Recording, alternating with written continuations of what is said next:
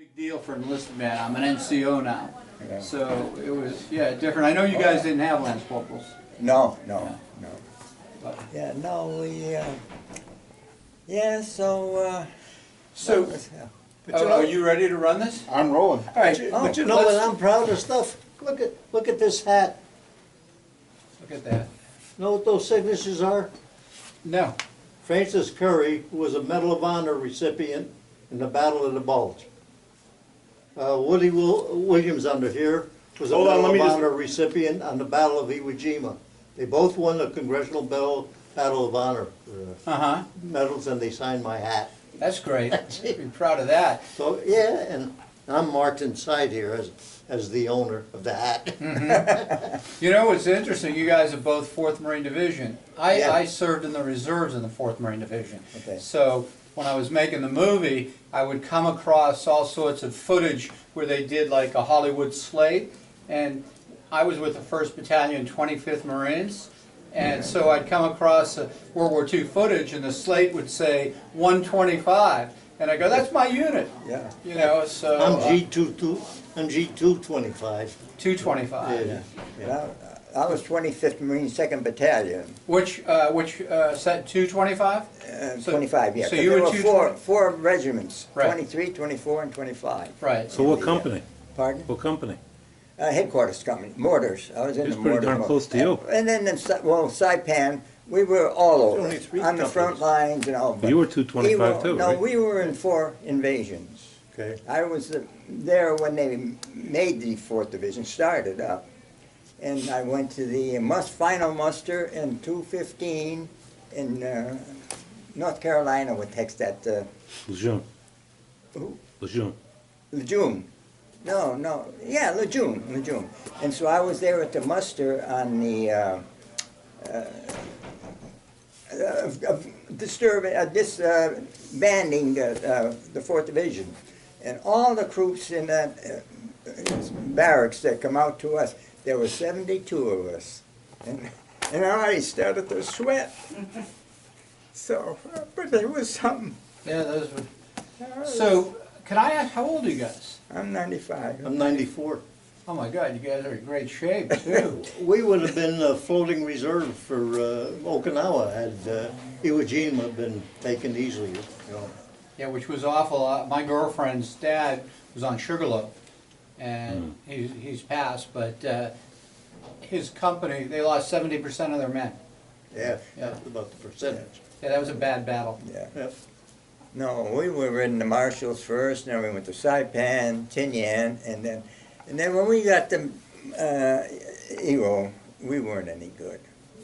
Our numbers is coming up. We get these replacements, the gung-ho, go get them. We're digging deeper, to hell with them. I don't know, it was just thinking our number was going to come up. That must have been tough. And Because I think back in Vietnam, a lot of guys asked for a second tour. No. We wouldn't. I had no desire for a second tour. But must have been tough if you've seen all that battle before to get no. I know that they had problems sometimes where guys refused to get on the landing craft. Did Yeah. you? Was that a big problem? Well, we had different places. In the Marshalls, it was more or less a maneuver, but there still was over 100, I guess, got killed. And then Saipan that's we got blessed good with, and we went on the Amtraks that go on land and water. Some of the beginners, because when we stayed on there well over a month on Saipan. And in Tinian is where the war was really, you can say, ended, because that's where the atomic bomb was taken off from Tinian. And that was it. And we took Tinian, because we left Saipan, I'd say maybe a good month, and just went on to a LST, which was a couple of miles out on shore. And Tinian and Saipan were only a matter of ocean, probably 3 or 4 miles apart. But they weren't so well fortified as, of course there were farmers there, and Saipan, we heard that it was more or less like Hawaii to us. We would go to Hawaii, the Japs would go to Saipan for their summer and whatever. And But then Saipan, Tinian, all right, getting off Saipan and getting onto the LSTs, because the next day we're going to go into Tinian. So that was quite a mess there. It seemed like there was one part of the 4th Division went on one side of the island, we went on the other, because the beach was too small on one side, so naturally we had to take the coral reefs. And the damn tank that was flowing, just floating in there, and trying to get, us onto this coral was all jagged coral and all. And then, so we finally got on dry land after the coral. And, man, piece of cake. He said, gee, this is all right. And there was a sugar cane field right next to us. And I was like, brrr. I said, damn, that damn sniper. We walked right by him because we said, well, hey, this is a piece of cake. So. And they got the guys next to you. My squad leader got hit. Yeah. And then I said, well, I dove in. And well, you know how corn is growing. They have just a little bankment for corn, a row of corn. And well, that sugar cane is about the same. So we all laid in them damn rows, and I couldn't get, my chin was digging the most because we couldn't have time to dig or anything. So I said, hey, that's it.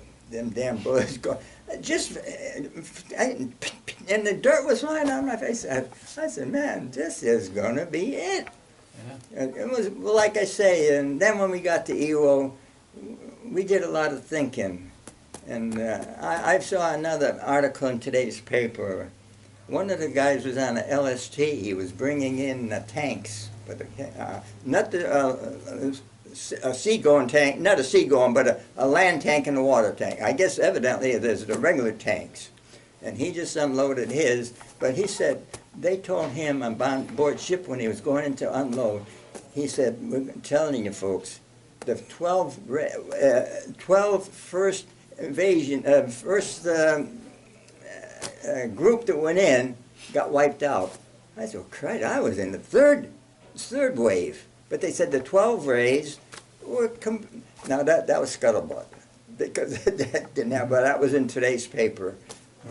So I said, well, I don't believe Yeah, that. there's a lot of and I them. don't know if the guy's here, and I don't want to Right. caution. He was in there, but anyhow, he's 99 years old, so I said, what the hell? Right. Yeah. So we were both interviewed separately. He was in another paper that I read this morning, and I was in another one that they interviewed me.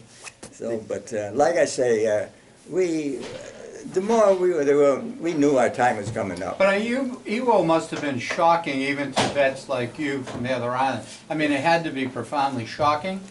Yeah, it was shocking to me, I know that, I said. Yeah, well, because we know Iwo was right between Japan and Tinian. And every time the bombers went over to Japan to bomb, they'd fly over Iwo. And they looked at nothing. There's nothing is moving down there.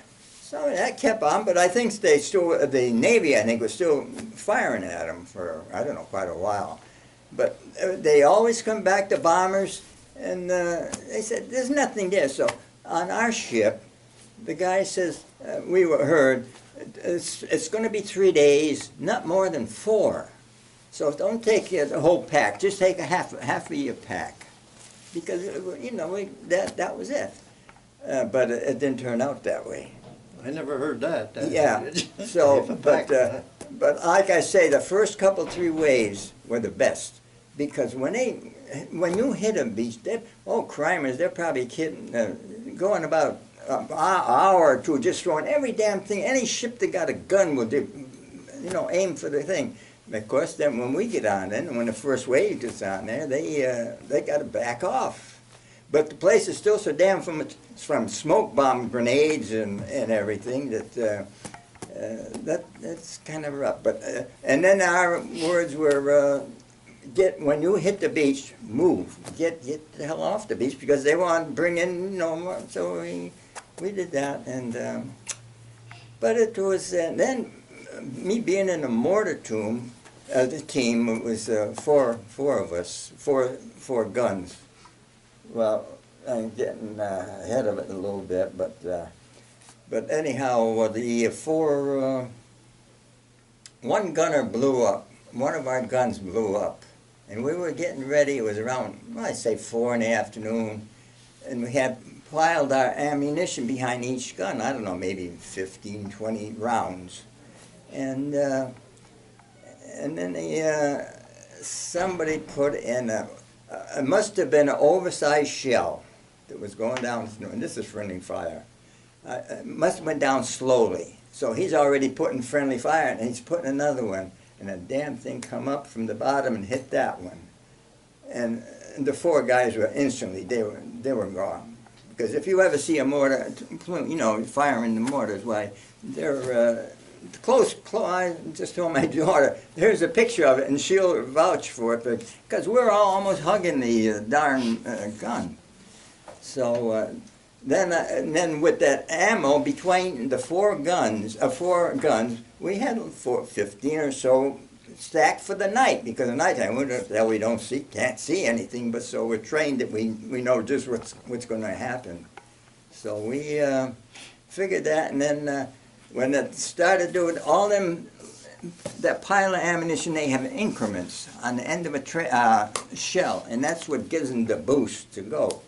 So when that first shell went off, when the guy put one on top of the other, then a fire started. And it went over to the damn pile that we had ready for it. And each gun had about the same amount of, ready to go for the night. We had smoke grenades and demolition that would be hit the blind, but not exactly just when it hit it. It would dive in just a little bit to get the below the surface. So, well, no, Joe, how about you, Tom? I got them getting the whole time here. I know, but my stories are not like yours. You know, I got some good stuff with you in Albany, remember? Did you? Yeah. I sent it to everybody. I don't know if it got passed on.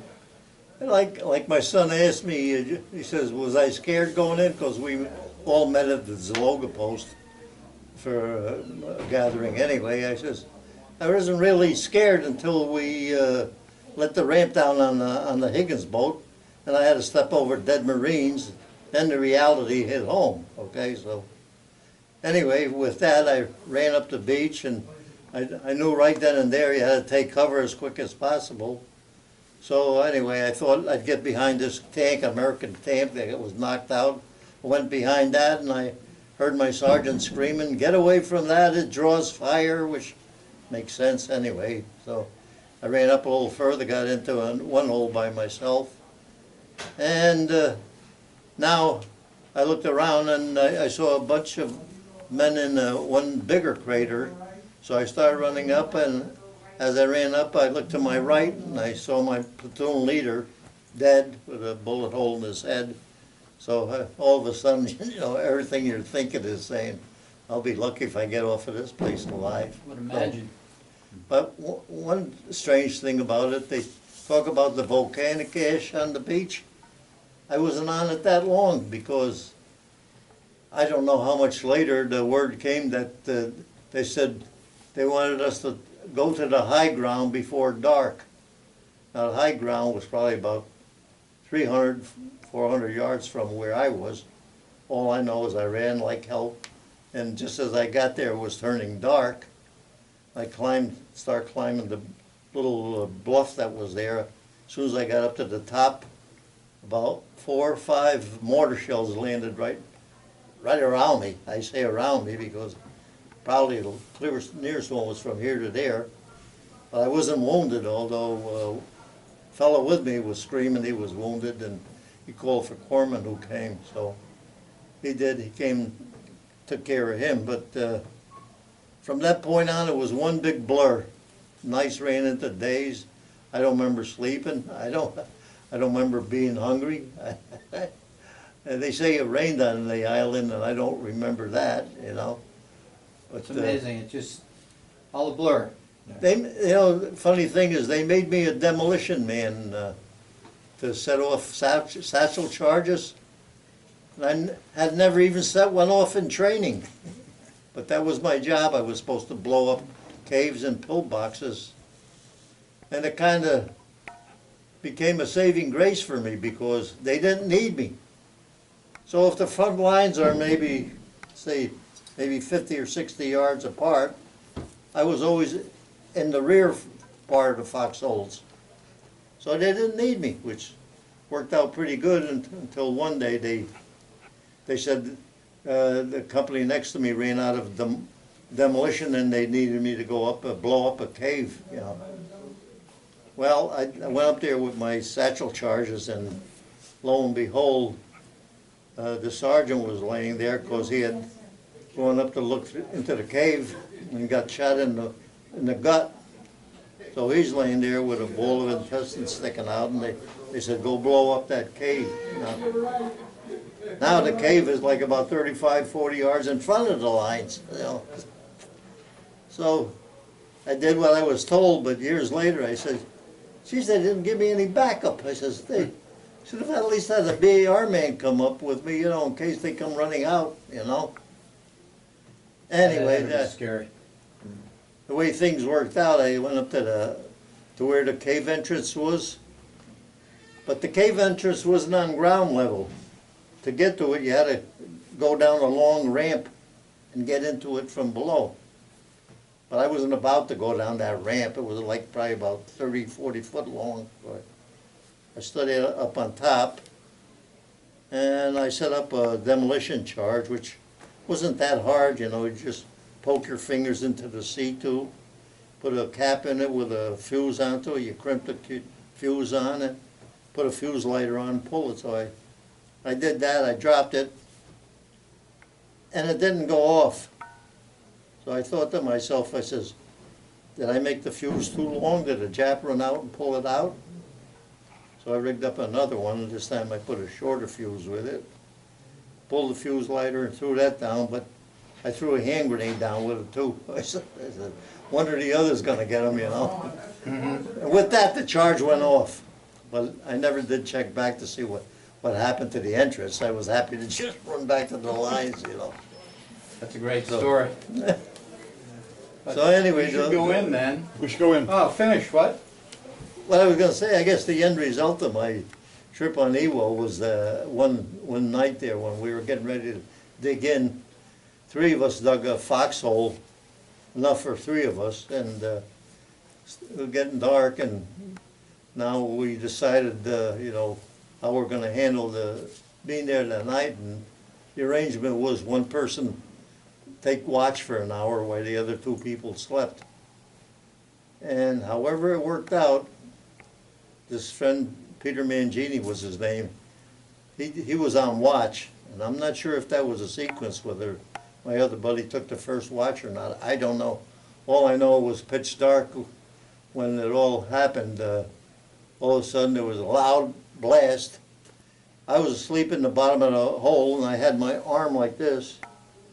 I caught most of the fragments in this arm here. Small pieces. Right now they don't look like much, but for a while the whole arm had sand and small pieces in it. And he was killed by the hand grenade. But what was strange about it, one of our other buddies in the hole above us, this was told to me afterwards, they said what had happened, this Peter who was killed yelled up to him, said, "There goes a Jap." And he shoots in our direction and he hits the kid on watch. So Peter was hit both with friendly fire from the BAR and from the hand grenade. And my ears are ringing. I know I'm wounded, but I don't know how bad. My face was hit. My arm wasn't feeling that good, and before I knew it, the corpsman was there taking care of us. And as luck would have it, I thought to myself, well, I'm not as bad as Peter, because he was taking care of Peter. So I knew he was worse off, and I probably wasn't that bad, you know. And so that kind of is what happened until after the war, when we got all settled in the hospital in Hawaii. They said there was time to collect the Purple Hearts, and I said, well, I had my arm in a sling, because that's where I had most of my injuries, you know. I says, rather than get all dressed up and go out and get it, I said, I won't bother. I said, I'll get it sooner or later. So I'm in the hospital there and just relaxing, and who comes in but Howlin' Mad Smith. Howlin' M. Smith comes in, comes up to me and he says, hello to me, you know. I said, hello, General. He said, how'd you get wounded? I said, I was sleeping. Of course, that sounds bad, but I'm going to hear the early part of the story. I love it. Those are great stories, guys. Thank you. Okay, man, well, right. thanks for Well, listening. Thank you. Appreciate it. Great stories.